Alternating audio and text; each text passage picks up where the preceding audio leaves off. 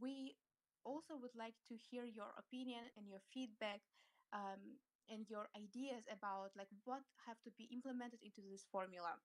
And also, as a main goal of our space today, we want to encourage everybody to fill out the form which we created with Stella together very carefully, very thoughtfully. We came up with one Google document which we'll be sharing with you today.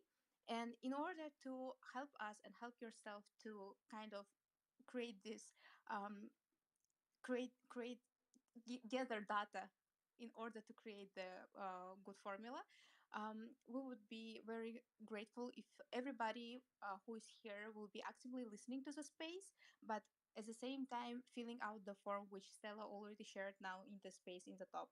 So after doing that, it is very important to say that if you will prefer, you can remain anonymous by filling out the form.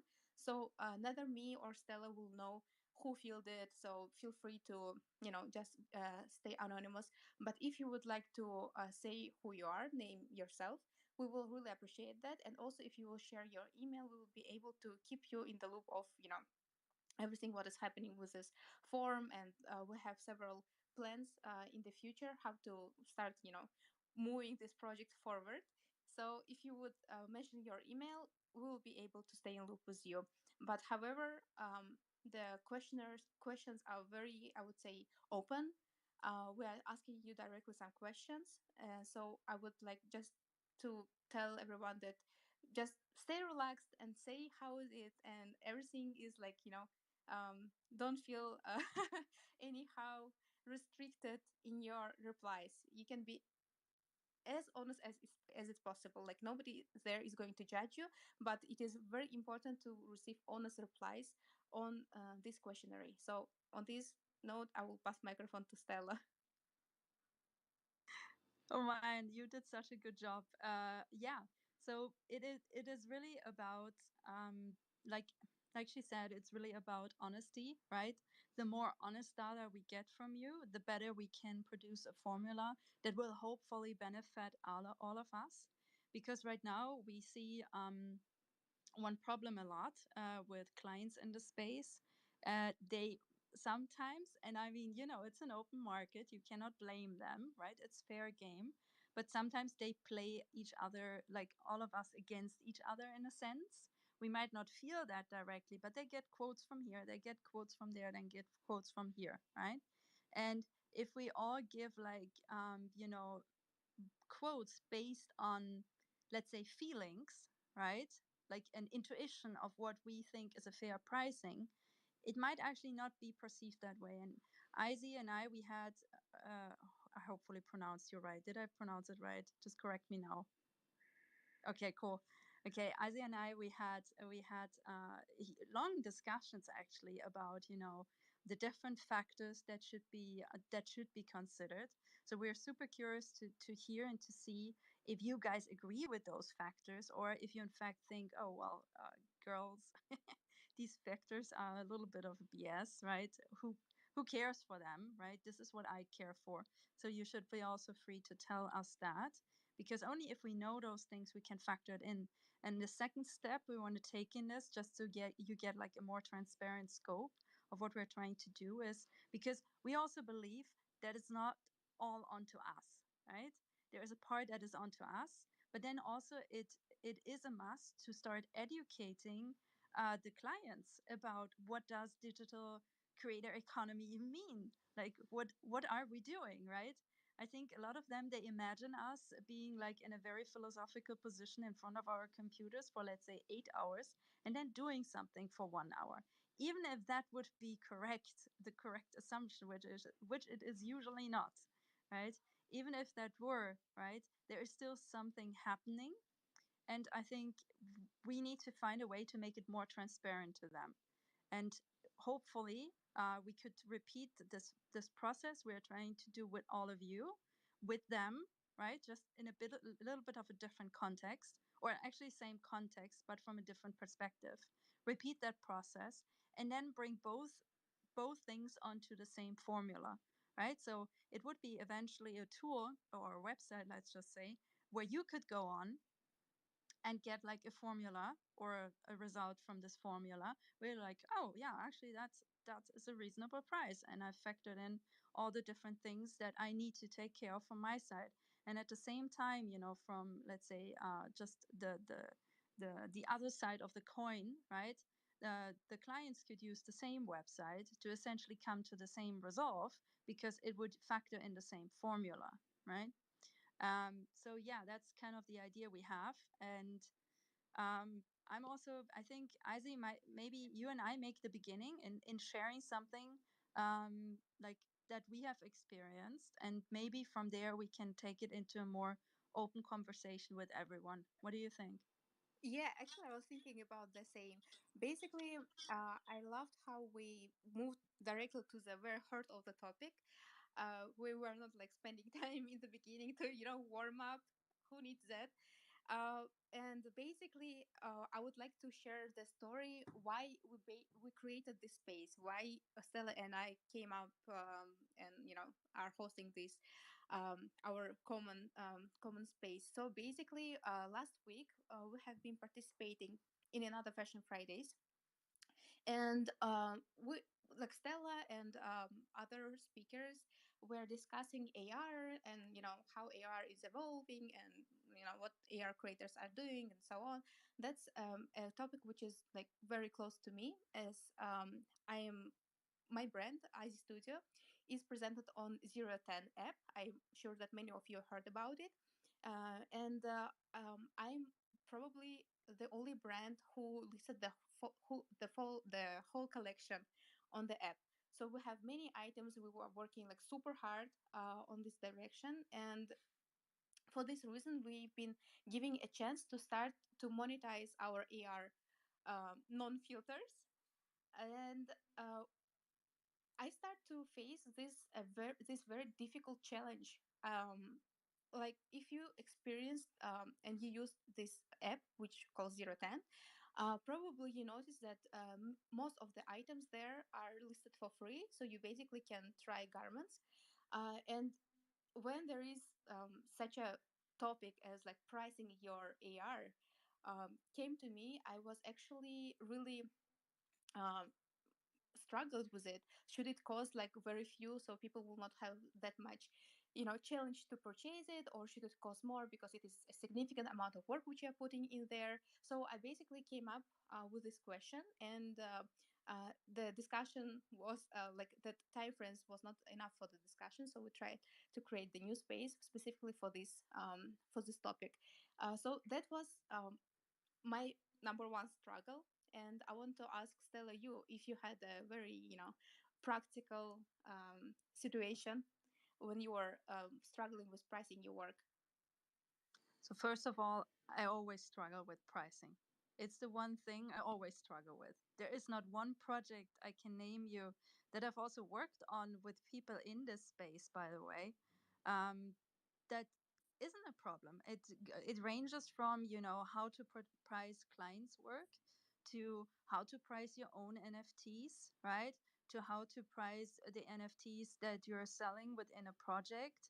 Uh, it's like it's all over the place, really. And it's there is, so far, right, there is not one answer that solves it all.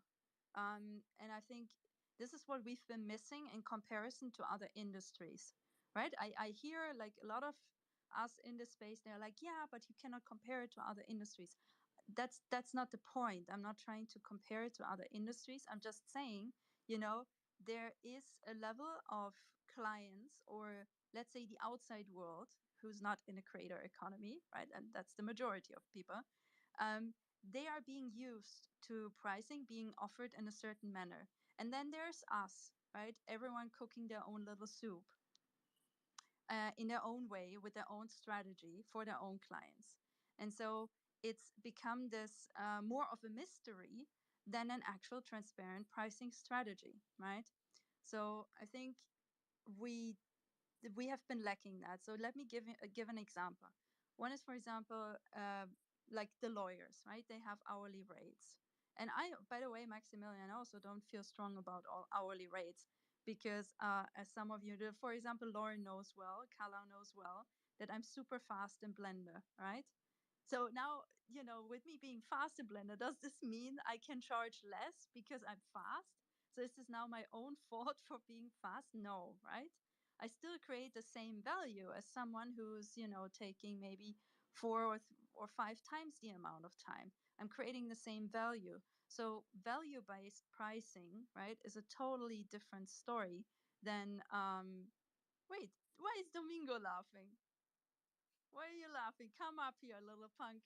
Come up here. No, but value-based pricing is a totally different story than hourly, rates, of course.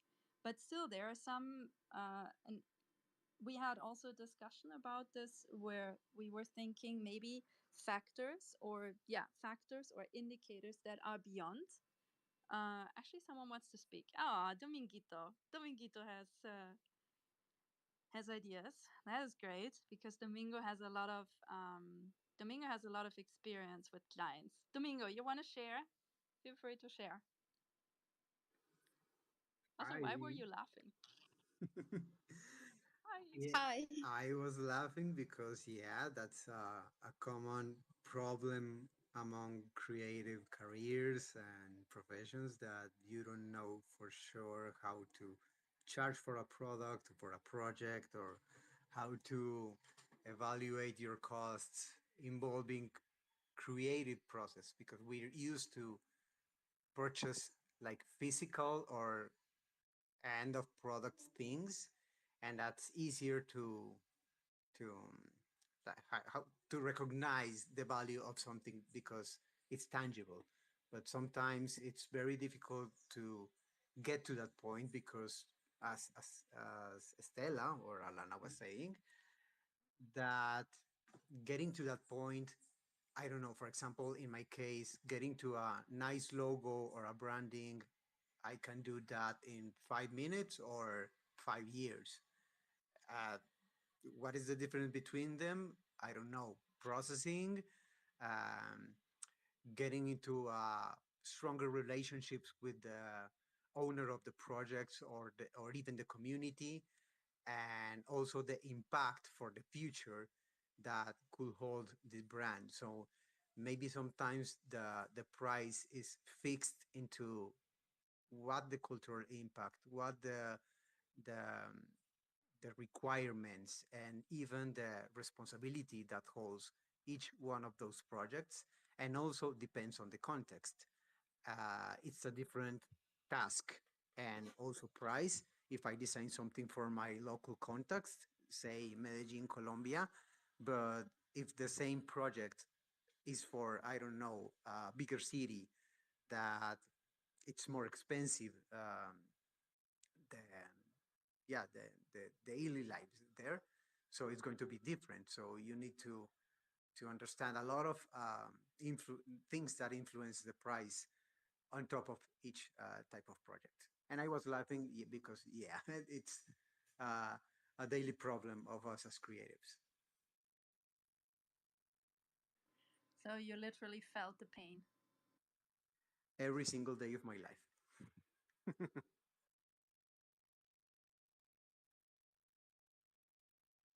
Actually, we can have a like small how do you call it, like questioning everybody at the same time poll. Can everybody who is in the space now put any emoji uh, if you charge your services per hour? So who has hourly rate? Please show any emoji. Okay. And now, who is pricing their services project by project? Can you show any emoji?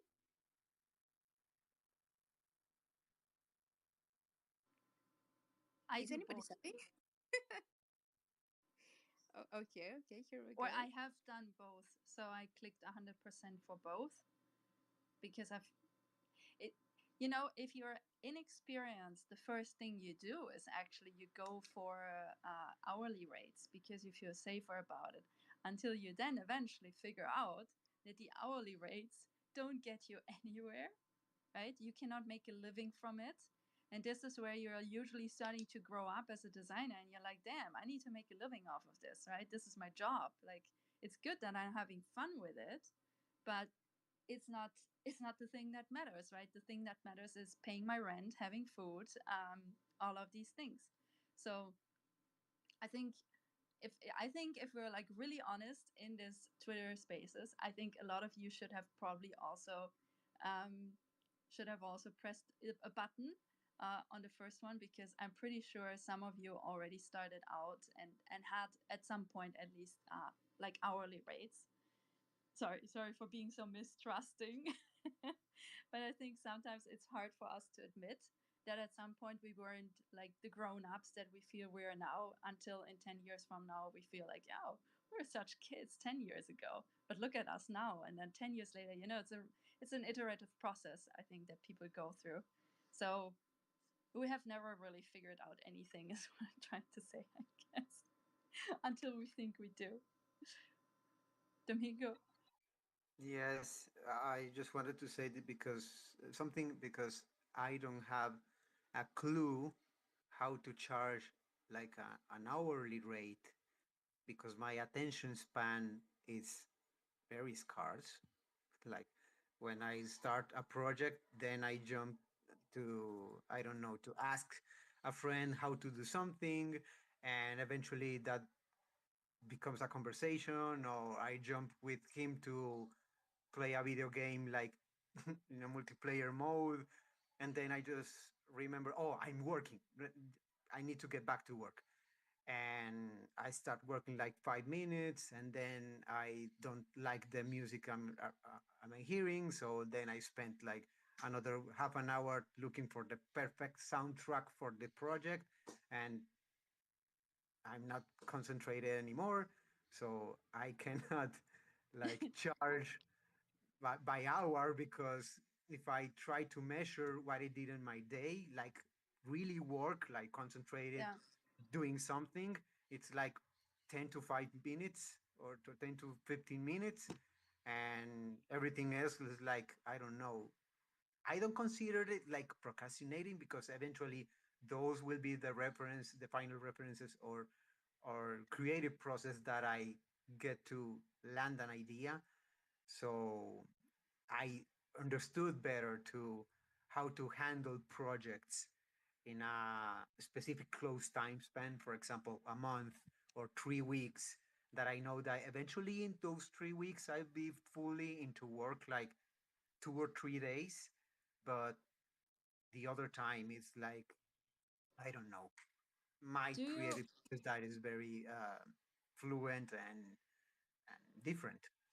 Domingo, do you think that when you Yes, started, I or agree when with you. you started out essentially doing project-based pricing, do you think you hit it off like on the right spot when you did it the first time, or were you off, or had a feeling that you charged too less, or like how did that go for you?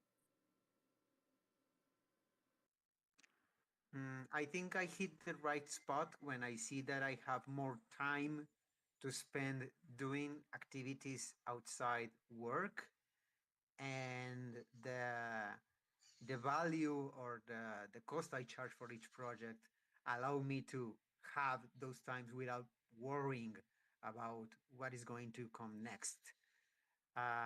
Sometimes I feel that if I'm outside eating with Anita, with my wife, or I'm traveling, but I'm thinking about, okay, I need to do this and do that, because eventually there's not so much on my savings, or etc. That's the point when I think, okay, I mess up with this project, and I charge less than it should be, because I don't have enough time to develop it, and I need to accept more projects that maybe isn't as much as the principal, for example, but those combined doesn't make like the enough to cover me all my expenses, or the things that I want to invest in. I think that is like the principal point when I try to charge for projects, to understand what is my time availability and what I want to do with that time. Maybe I want to study, maybe I want to travel, maybe I want to, I don't know, create a side project, and I need some investment for it. And if I can get enough to balance my life through projects, uh, those numbers will be like the result to the enablers for for my activities. Domingo, you are putting so in the formula which you are creating to create your to formulate your price. You're putting your free time and the activities which you would like to have in your life, and basically treating your profession as a source of income to support your lifestyle. So we were thinking with Stella, which kind of pillars we have to take into account when we are like trying to come up with the formula. And if you will be filling out our survey, you will understand where our minds were going. So we considered, for example, the cost of software, so cost of hardwares. Maybe Stella can tell a bit more about some other questions which we were covering in our heads. And I don't remember if we calculated the activities which we would like to have um, by having this profession which is digital creator. Stella, do you remember? Yeah, no, we did not, in fact. And so this is already very inspiring for us, Domingo. And I already took a ton of notes, by the way. I'm sorry. um, took a ton of notes because I think everything you said is really valuable and matters a lot. And yeah, we will definitely. So don't be disappointed if you don't see it in the questionnaire now, right? But it would be so helpful if you were to fill it out based on how it is now, and then maybe easy at some point when we have enough data to actually have like something decent ready, like we could actually start implementing a new questions and well, just build out the product better, I suppose, because that's always the goal. Hey, we have a lot more voices now. This is looking very nice. Izzy, you wanna take a pick? Yes, sure. So, first of all, I just wanted to encourage everybody one more time to, go to the pinned tweet and fill out the Google form which we created for you in order to collect enough data for a certain purpose. It eventually, we hope, will help us to have the overview on the situation and implement a formula which will hopefully help creators to navigate in the pricing. um, and we are having some ideas about like what should be the outcome of this initiative, but basically I think it will be not we will not stop in one space, but we will be hosting a few other spaces to share with the results. So it's a very interesting experiment, and I want to welcome two new speakers to the panel. Yeah, first person who requested mic was Faye Behes. Let's pass microphone to you and hear from you.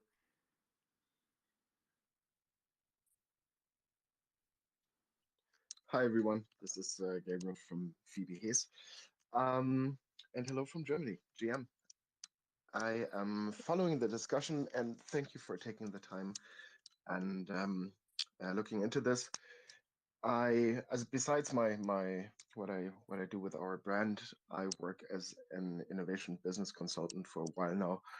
I consulted all the large industry companies in Germany and so on. And so I'm looking into the future professionally. And I have a bit the feeling that what we are discussing right now is in this discussion about the status quo. But with AI, all of this will change rapidly and it will change so much faster that I think in half a year, you will probably not have this discussion anymore because everything has changed so much. So, what do I mean with that? When you make money in a value chain, the reason for you that you do make money is that there's nobody else who can do that or who can do that for a cheaper price. So, money is being created or value is being created in a value chain wherever there is a bottleneck. For example, in the fashion world, big brands can make a lot of money because they are the ones who have enough money to pay for, I don't know, sneaker sole models. They're pretty expensive to invest in and so on. So they are the only ones who can do that. They're the only ones who have access to the Asian production market. Um, and of course, scaling effects are crazy in the fashion world. So um, it is important where you are with your craft because that determines what price you can gather or you can ask for. Now, if in half a year, and when I look at what happened in the last half year, I think this is not unreasonable to think. So, if in half a year there's an AI that can do everything you can do, the question is, how do you want to ask for money for that? It's got to be a really hard ask because if you look at the history, for example, the same thing happened before um, a digital disruption came upon the music industry, for example. We had the same situation. We had large record labels who pretty much had the chokehold on the production of physical records and CDs. And then came along the physical disruption with digital music, of course. Now everybody could produce their own music, they could market their music and get it to the customer. No labels needed anymore. So what happened? Well, most of the labels are gone. The market for labels, like the market valuation, is a fraction of what it was before.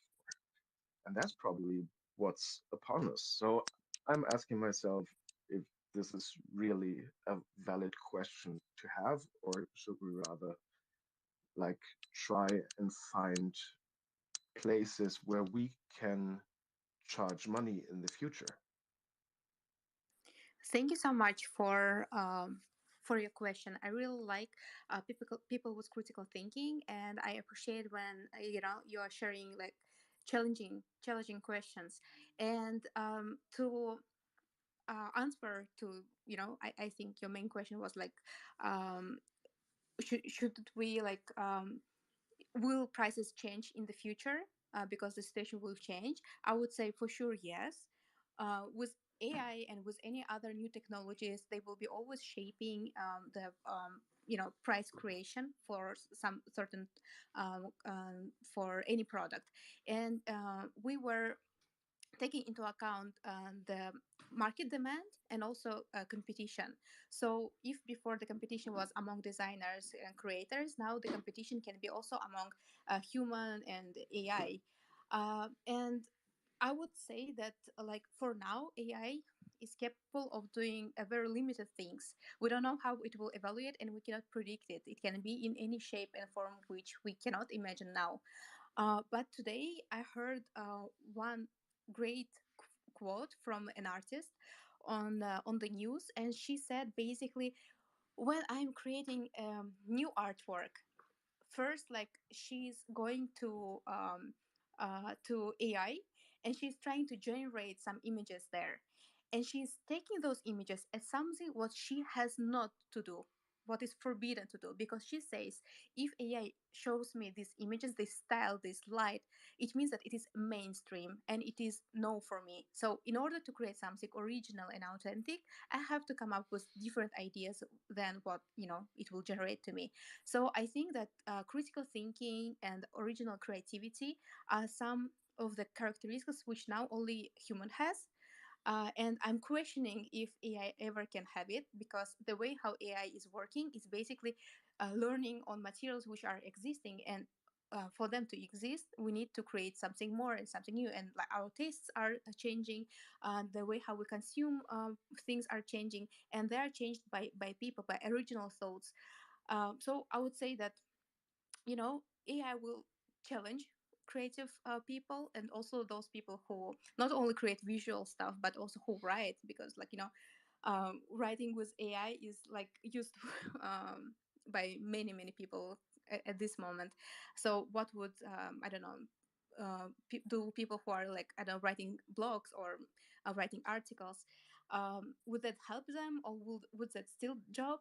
We don't know. Like, and now AI are not capable of doing what we do in particular, what is like creating 3D. So it is a very complex mechanism, which for now AI didn't learn. So I would say for some years it's a pretty safe position in the market, and we don't know if AI will be able to do high complex operations. What Stella, do you think about it?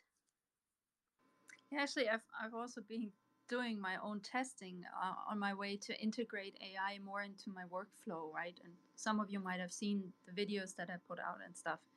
I think it is a tool that's rapidly evolving, and we should definitely not underestimate the complexity it can grasp, especially, considering you put like an AI in combination with a quantum computer.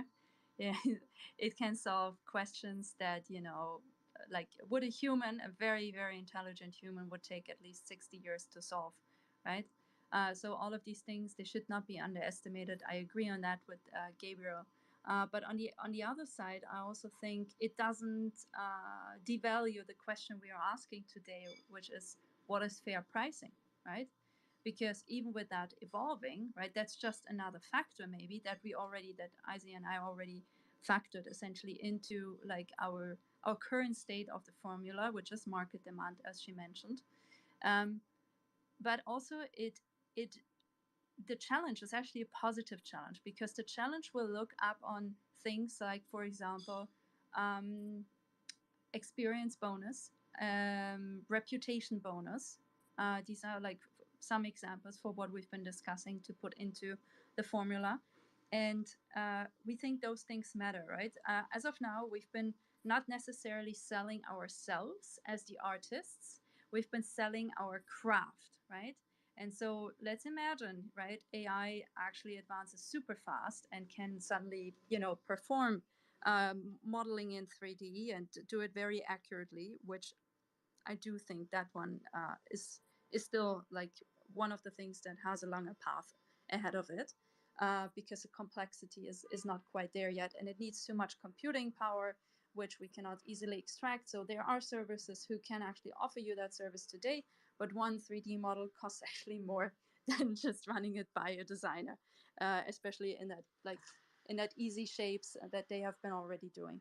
So yeah, I think it's not to underestimate, but also I wouldn't say this is a question that then puts in question what we are asking today, which is like fair pricing strategies that matter to to us as creators, but also puts like businesses into a more educated position of, hey, we actually do want a great result, or we want a unique result, and we are ready to pay for this because this levels up our brand, right?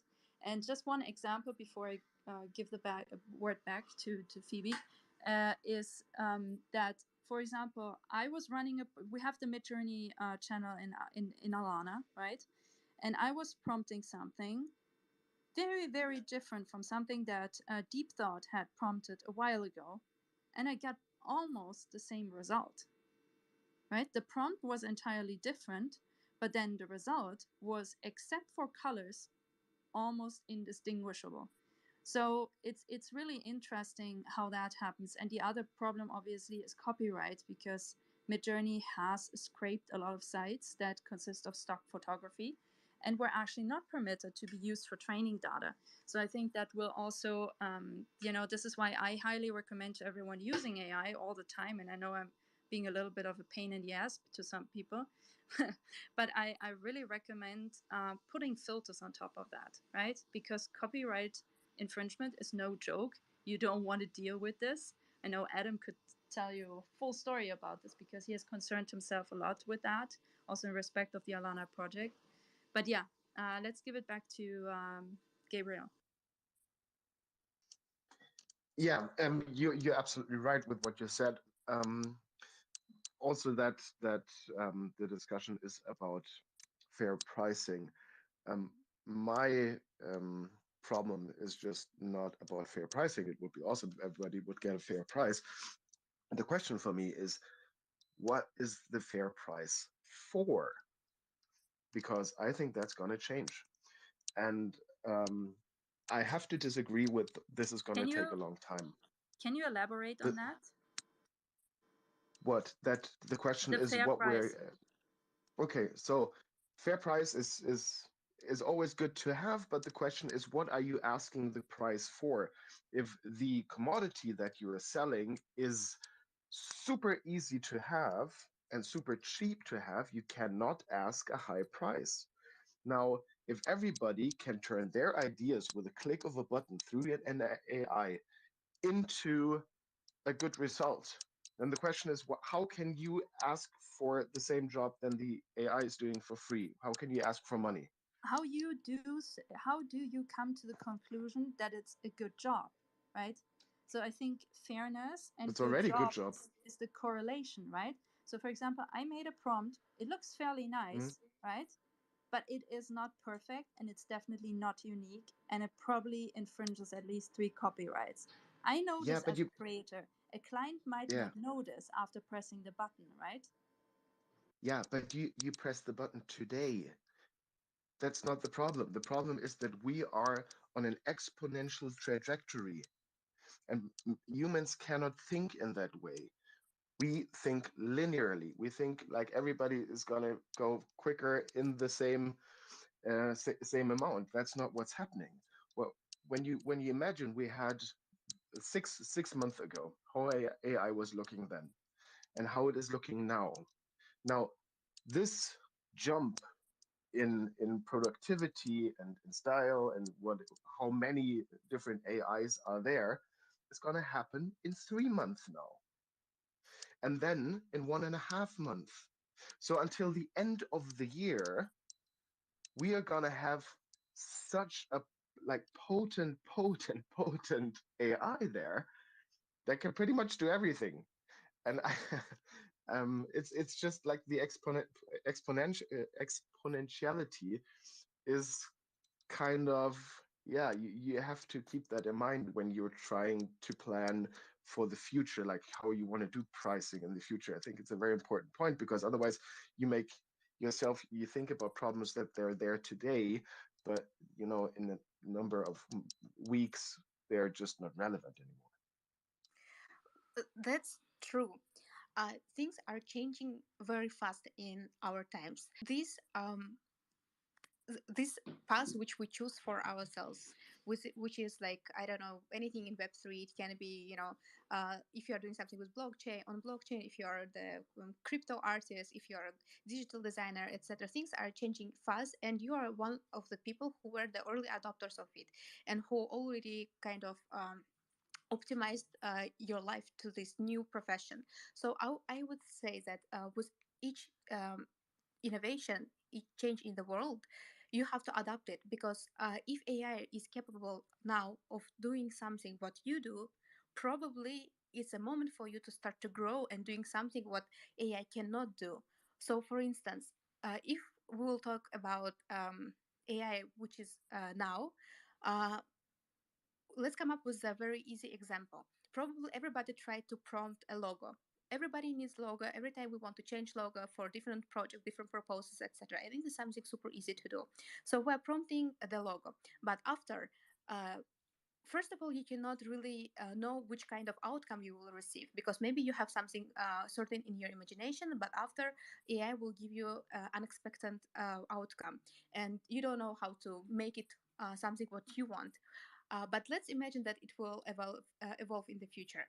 After, this logo will be existing only in 2 dimension, and you cannot ask AI to create a very clean 3D file for you. So you cannot, I don't know, change it somehow. You cannot edit it somehow. You cannot use it, like for example, if you work with 3D. I mean, so there are a lot of things where you still need, even if it's 2D, there are still a lot of things where you need a professional who will be able to handle it, because there are people who were studying for ages or all their life what is the font, how the font should look like, what is the good font, what is the bad font, like what is the I don't know, any kind of this very technical ability.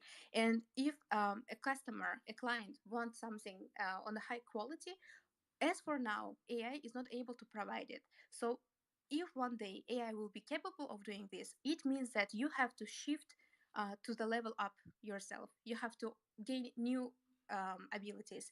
And I just can assume that the most powerful thing which human has is the authenticity, originality. If we will have our critical thinking always on, and if we will be as now in the edge of innovations, I think that's a good position to be.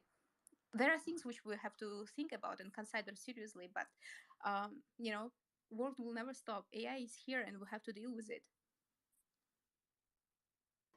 Actually, guys, totally agree.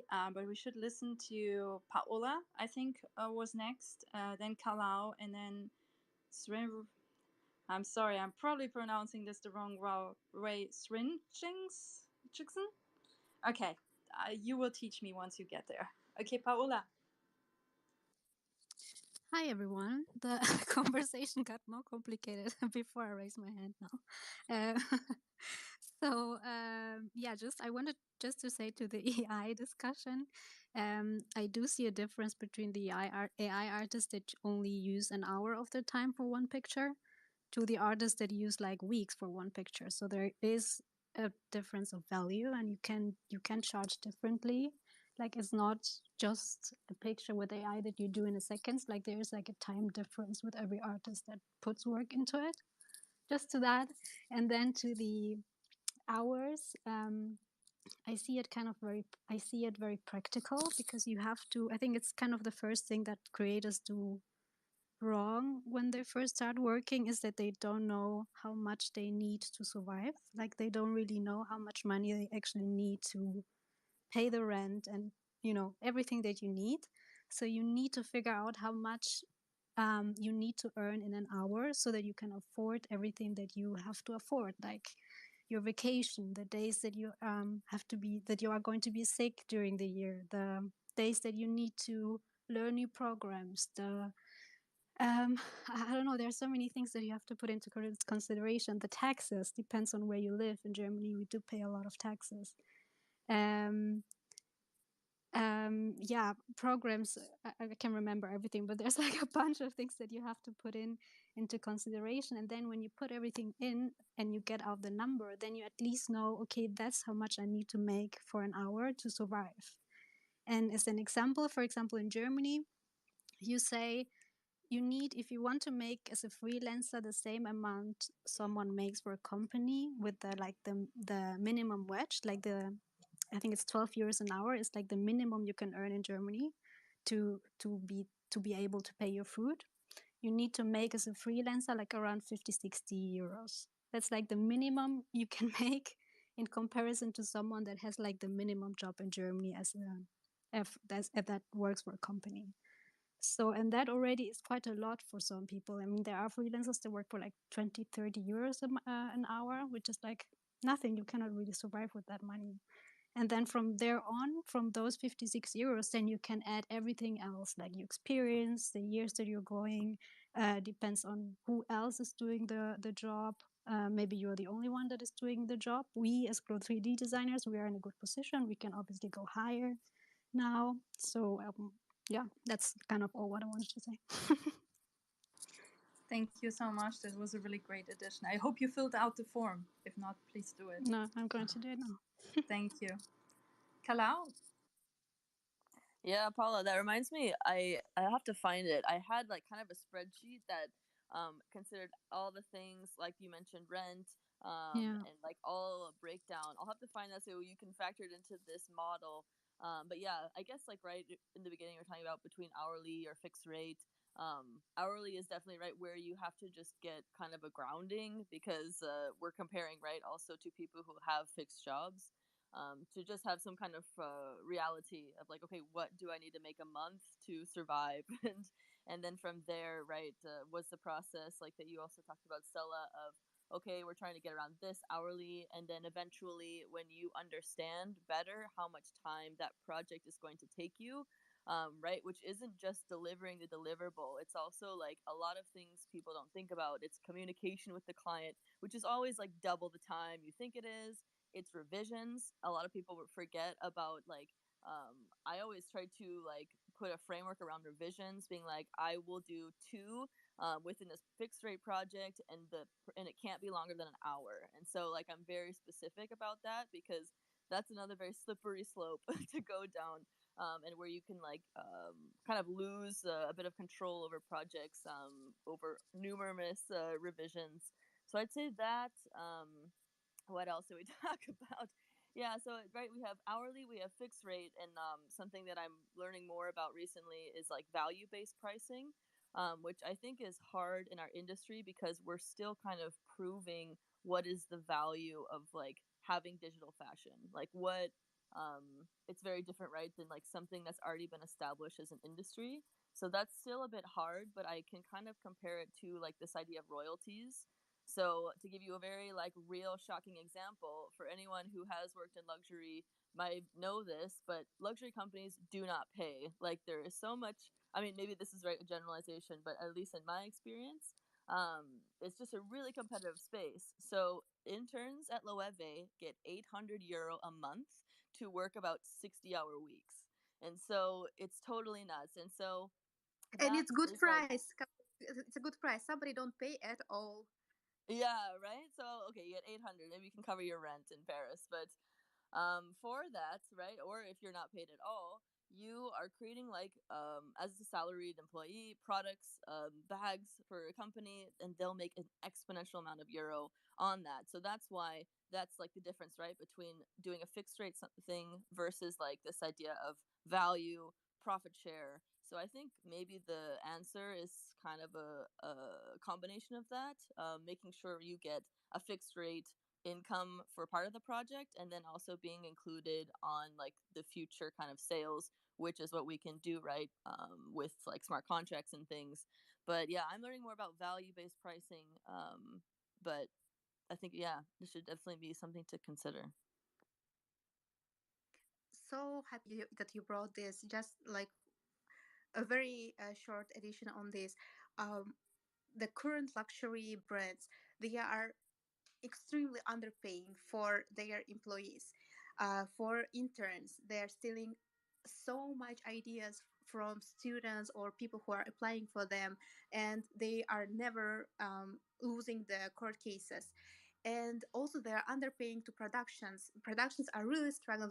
Those actually factories who are producing the fabrics, making prints on those fabrics. Sometimes creation of print is handled in the factory, not in the fashion brand.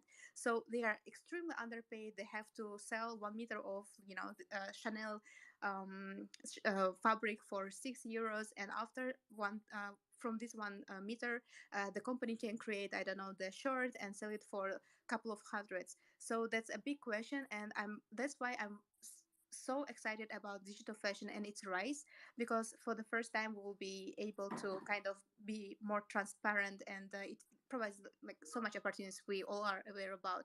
So I'm passing the microphone for um Sarun Ranjan. XN. Yeah. Yeah. Help us. Yep. So, hello guys. Thank you for the mic. Um, so I was actually I want to add to the AI conversation actually. Um, Obviously, it's about pricing. I mean, AI can finish jobs pretty quick. That is 100% true. But what I think is somebody has to put in the prompt in. Obviously, somebody has to know how to use it exactly. Um, what okay, let's go back, like, towards the AI when it started, I would say. I don't know if you guys have heard about the Facebook project that got shut down, where they created two AI models, and they were kind of, so that, like, it was like they created a model and they were kind of, so in AI what happens is like they train the model, they put in data, and then it trains on it. So like after a while, probably at night, when like nobody was in the office, so this both the AI models, they were kind of chatting with each other, and in the language that he used, nobody could decrypt that language. Nobody knew what the hell these two models were talking about. So what I think, the if we have this development, if we have this advanced development in AI field, Soon these things will replace a lot of creative minds, I would say. That project was shut down because nobody was able to decrypt the language, so nobody knows what the hell they're talking about. They might be talking about, even capturing the entire world, maybe nobody knows. But okay, so obviously that is like there's still time to come for that. It depends on development and what is happening. But coming to the main topic, it's more like before we saw a lot of traditional artists drawing, using paint and everything. Even now we see amazing traditional artists, and a lot of digital artists came in who also create amazing art on their iPad, probably on their laptop. But the thing is, if it's more about the art and design that people value. Um, being if I'm not talking about the clients, I'm talking about the art enthusiasts, and so the traditional artists, they still have that value. A lot of traditional artists.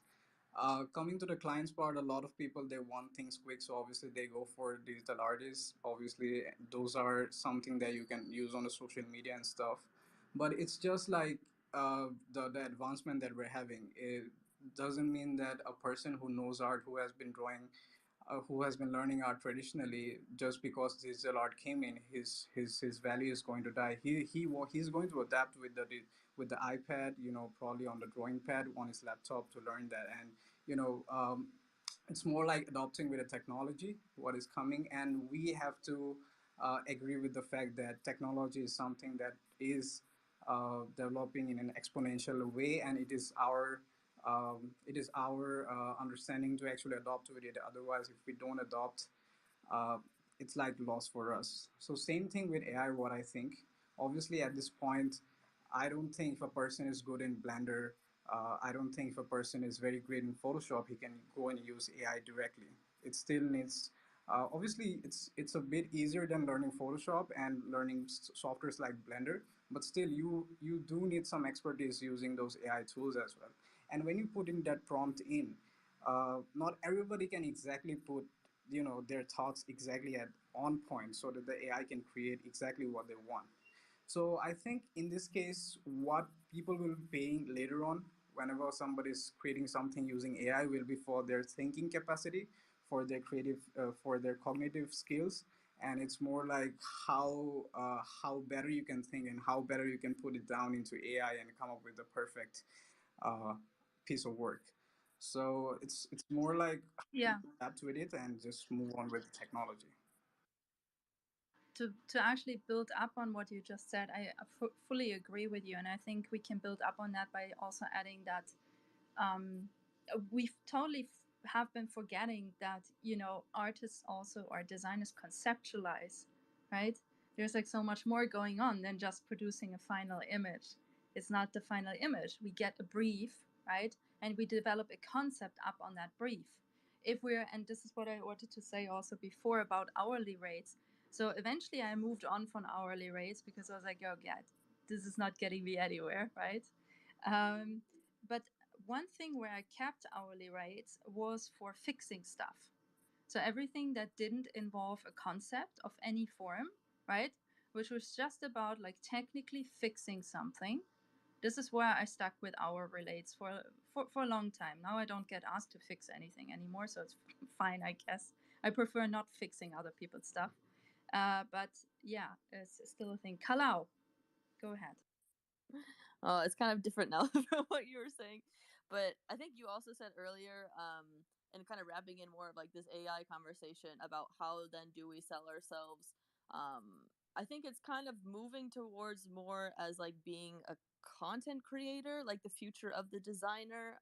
It's like That's we good, yeah. also have like our own aesthetic that then maybe is more the driver of like what would sell someone to work with us versus just like, hey, I want to like, so I'm a bag designer. Hey, I want a bag, but it's like, hey, I want a bag done with Kahlo, because she knows how to use like AI tools, but she also has like the fundamental skills. So I think it's maybe also going in that direction, versus saying, hey, I can give you a bag. Hey, this is my experience. This is my aesthetic. These are the tools I know, and I'll get you a bag. So I think that kind of also goes to the co-creation aspect too. Well said. Well said. Uh, Man, I just cannot really pronounce your name, but Yeah. you know who I mean. Yes, it's Suranjan again. I'm sorry. But yeah, exactly. So I totally agree with what Alana and Kalau said. And what I think, like, a lot of times when I started my field, because at the moment, obviously, I'm into community management, but initially I started off as a 3D designer. I used to work with, like, small brands and, DJs and artists. The thing was, initially they only kind of paid us just for the hours that we put in, just because we were using software like Blender, Photoshop, Cinema 4D. But the thing is, initially, obviously, when I started off, I didn't understand this, because I'm putting on my mental skill into this. I'm putting all my creativity to come up with this design, to think about it, to make it look good. Obviously, nobody just can go into Blender and just put in some just random 3D objects and come up with a great design. No, it's like I'm thinking, I'm putting my mind. All these days I've been watching these videos, I've been watching these similar designs, and I've put my time to think that this is something that I will be creating, something new. Every time that we designers, what I actually am proud of all the designers is, every time we come up with something, it's always new. It's not a similar thing that we are creating. We're taking ideas, we're taking all these ideas, and then we're building up something inside of mind. But are the clients paying for that something that we are building inside of our mind and then creating that digitally? I think no, they're only paying for the time that we put in just to create that thing digitally. But the thing is, we should also understand this, that we put in a lot of time to think, plus and plus obviously when thinking, there's a level of creativity as well. There's a level of IQ a person has. I think a person with a good IQ can think better and come up with better designs. So it's like we have to think in that way. And obviously when we go to AI, it doesn't matter if you have the fundamental skills or not, but it's more like how good your creativity is, how good you can think, and how good you can visualize, and manifest that entire design.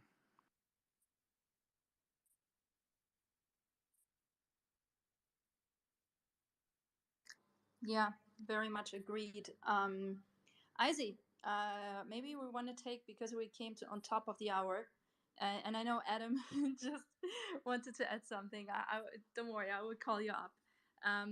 But we want to really kindly remind you again, please fill out the form. The more data we have to go on, right? Like, even though I made notes, actual factual data from the sheet will help us so much better to make a formula. And also think about future improvements, as Gabriel from Phoebe has mentioned. This is something we definitely want to consider, that this is also a formula that is very adaptable to outside or market changes. So yeah, please, please, please fill out this formula. We took a lot of time to come up with it and make it nice, and yeah, it would be really cool. Adam, what's up? Hello. Yeah, I just thought I'd put my experience in with regarding the pricing. It's a very interesting conversation you guys are having, and I'd just like to say there's two aspects to this. That, one, your concerns around the technology and the value of what you're pricing, and two, what the market pricing is. So I'm an architect, and so I kind of know pricing based on that industry, which is professionally set out already in terms of what people should be pricing by the professional body, and it's extremely kind of, what's the word, complex, because there's so many different types of buildings you can get and so many different types of services you can get. So the way it works is it's based on the price of the product at the end. So, the price of the house or the building, and then a percentage fee, and then the stages to like how you get that product to the market at that price. And if it changes, you have a review about the budget and the fee percentage. It gets reviewed at each stage. So you have a constant relationship, and a relationship based on trust and a contract. That could be that could be applied to any product design and service. I I'm a big fan of retainers. Like, I'm a big fan of, if you're good enough and people want to come to you and they've come to you because you're quality and you're going to provide a good service, they pay you up front a lump sum, and you start the relationship like that. Because what it does is, instead of you having a kind of client employee that you're constantly bound by, and you're wanting to put in ridiculous amounts of time to try and deliver a certain fixed price item, and tying yourself in knots, 80 hours, weeks, or whatever, deadlines, and that is generally what happens. People do always work harder than they probably should do on competitions, for example, and kind of high end projects which they really want to do well, and you never really account all the hours you're putting into the project. It's really sad what all the capitalist vultures do, like in the big architect practices, which is probably similar to what they do in the real fashion world, where they're not paying people properly, but the business is making loads of money. The clients are getting charged, but all the workers, the people doing the work inside the office, are getting minimum wage or less. It's just those capitalist vultures, man. Honestly, they make me sick. But Yeah. then they're not the future, and what we could design now for Web3 is more equitable pricing. As I say, I'm a big fan of price up front, because it switches the relationship of the trust, and it's therefore on a good footing, for that relationship, for you to continually provide value, and you get paid for it because you want to work harder for that money that you've already got. And sometimes you can say, like to the client, well, you pay me how much you feel. Like at the end, if you feel like you should get more money, then say it. For whatever reason, maybe you delivered it quicker, double the speed, and it's higher quality, and you just say, well, actually, I've gone way and above and beyond what I've said I was going to do. Therefore, I deserve more money to be paid. To be paid. Normally, if you've got a good trusting relationship, that will work. But I think that's a good suggestion going forward for Web3 design. And I wouldn't worry too much about the AI issue. I mean, AI has been around 40 years. I mean, it's just another way to talk to computers. And I do think that what will happen is there will be a flight to quality of humans being able to have good judgment and good quality using that technology. So I wouldn't be so concerned about the devaluing of work based on AI. I think it's a big opportunity. Thank you, Adam. Izzy, maybe you should have the last word in this space. Oh wow, so much responsibility. Then, if it's a last word, then I would like to thank everybody who came to the space, was listening, and to our speakers today. You brought so much impact on this conversation, and so much food to think about. This is like new field we're establishing, so we don't have this like concrete market prices. That's why we're struggling. That's why we're spending our time and energy to come up with a pricing. And when we were creating this questionnaire with Stella, we were thinking, we were taking into account, like as I said, market demand, competition, your own reputation, your past experience, and many other factors. And also we were taking into account some things which artists very often don't consider. So I would just encourage you to go to the questionnaire to see about those topics which came up to our minds with Stella, and share the tweet of Stella so more artists can fill it out. And we really want to continue this project further. Which shape it will have, like we have some ideas of, but it might change, so probably will not disclosure it now. But concluding like my own words, I just want to say thanks to everybody for your time and efforts, and I would like to pass the microphone to Kalau. Sorry, I stole your last word. No, just a quick note. I really liked how we had a space last week, and our conversation led us to the new topic because it made it very, I think, relatable to like what we're looking forward to talk about. Because I mean, we have 35 people here, and I don't know how much marketing we did, but that's pretty good. And so, kind of what I gathered from this space, like we could maybe next week talk about what you came up with or your thoughts around the pricing from our conversation, and then I could lead or help a conversation on how to present as a creator, because right, if we're factoring in this future of AI, the pricing, it seems maybe it's a cool next step. So that's my thought. Yeah, absolutely. I think we will be having another space about this topic. So just at least to share with the outcome, and maybe we can do that not next week, but 1 week after, if Stella agrees with me, because it all really depends on the outcome, on the answers which we will gather, and maybe the next topic can be it's just like a suggestion topic of AI, because it has been like a very hot topic during our space. So definitely people want to discuss it. Just a proposal. Yeah, that actually is very. Now I'm almost stuck with the last word, aren't I? Uh, um, I think it's very reasonable. Actually, I wanted to say like, yeah, go for it, right? Or that's what I did. But you're right. It would probably be more of more value if we had some time to gather like more insights. So please make sure, like both of us said, we will pin this post to our profiles. Maybe you can do the same thing, pin it to your profiles, right? So more and more people can fill it out. And then we come together in like, let's say 2 weeks, right? Where we can then actually discuss like some of the insights we've gathered from this.